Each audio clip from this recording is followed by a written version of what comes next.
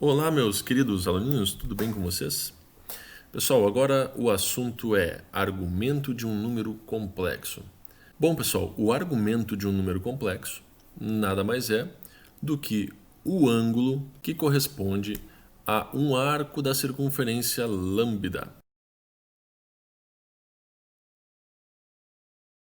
Indicamos então, gente, o ângulo como sendo o argumento do número complexo z. Em particular, né, pessoal, o ângulo ele está num intervalo que vai de 0 a 2π, ou seja, uma volta completa. E θ é o argumento principal do número complexo z. Por que principal, pessoal? Porque nós podemos ter mais argumentos ao mesmo número complexo z. É só a gente ir dando voltas de 360, nós paramos exatamente no mesmo lugar, ok? Então, vocês lembram das relações trigonométricas envolvendo cosseno e seno num triângulo retângulo? Pois bem, nós vamos usar isso bastante. Para poder descobrir o argumento de um número complexo, nós vamos ter que descobrir algumas coisinhas. O que? Rho, que é exatamente o módulo do número complexo, ok? Saber a parte real e a parte imaginária. E aí descobriremos o ângulo θ através de seno e cosseno. Olhando para o gráfico ao lado aqui, o que nós temos? A imagem do número complexo, né? A parte real e a parte imaginária. Então, nós sabemos que aqui mede B, aqui A. Aí é só fazer o seno do ângulo θ. Todo mundo sabe que seno é cateto oposto sobre hipotenusa, ou seja, o oposto é o B e a hipotenusa é o módulo. Então, o seno é B sobre ρ. Está aqui. E nós temos que o cosseno do ângulo θ é o cateto adjacente sobre a hipotenusa, que é ρ, ou seja, A sobre ρ. Então, cosseno θ é A sobre o módulo do número complexo. Bem tranquilo essas relações. Bom, nós podemos ter então o argumento principal, que é de 0 a 2π, ou seja, uma volta completa. Então, algumas possibilidades são as seguintes. Uma é a imagem do número complexo pertencer ao primeiro quadrante, então nós vamos ter aqui um ângulo θ agudo, ou seja, menor que 90 graus. Nós podemos ter a imagem do número complexo pertencer ao segundo quadrante, ou seja, nós teremos aqui um ângulo θ obtuso, ou seja, maior do que 90 graus. Podemos ter a imagem do número complexo no terceiro quadrante, né?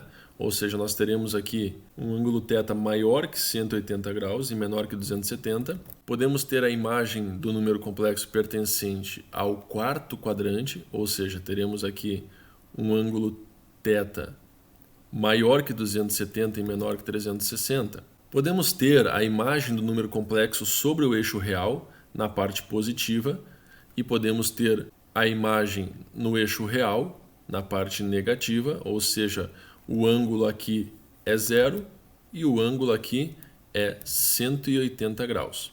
Podemos ter a imagem do número complexo sobre o eixo imaginário, na parte positiva, ou seja, formando um ângulo de π-meios, que é 90 graus. Ou podemos ainda ter a imagem do número complexo sobre o eixo imaginário, na parte negativa, formando um ângulo de 270 graus, ou seja, 3 π-meios. Observações, né? Pessoal, se z ele é um número complexo não nulo, né, cujo o argumento principal dele é θ0, então todos os ângulos congruentes a ele são argumentos de z, tá? Ou seja, você vai pegar um número complexo e vai somar mais 2π, mais 2π, mais 2π, ou seja, ele simplesmente vai ficar dando voltas e parando no mesmo lugar, certo? Então, a regra a ser utilizada é θ é igual ao argumento de z. Se eu somar mais k vezes 2π, significa o quê? Se o k for 1, eu vou ter 1 vezes 2π. Então, é o ângulo mais 2π, que é 360. Então, vai dar uma volta completa no ciclo trigonométrico e vai chegar novamente no mesmo argumento.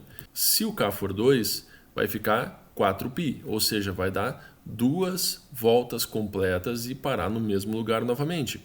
Se o k for 3, a imagem do número complexo z vai dar 3 voltas completas e parar no mesmo lugar. Então, por exemplo, aqui, pessoal, se z é um número real positivo, nós vamos fazer k vezes 2π.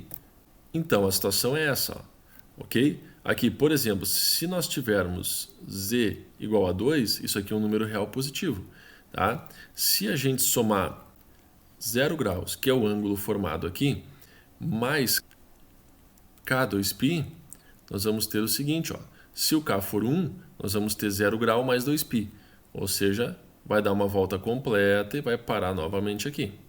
Se o k for 2, nós vamos ter 0 graus mais 2 vezes 2, 4π, ou seja, 2 voltas. Então, ele vai vir aqui, vai dar uma volta, vai dar outra volta e vai parar no mesmo lugar.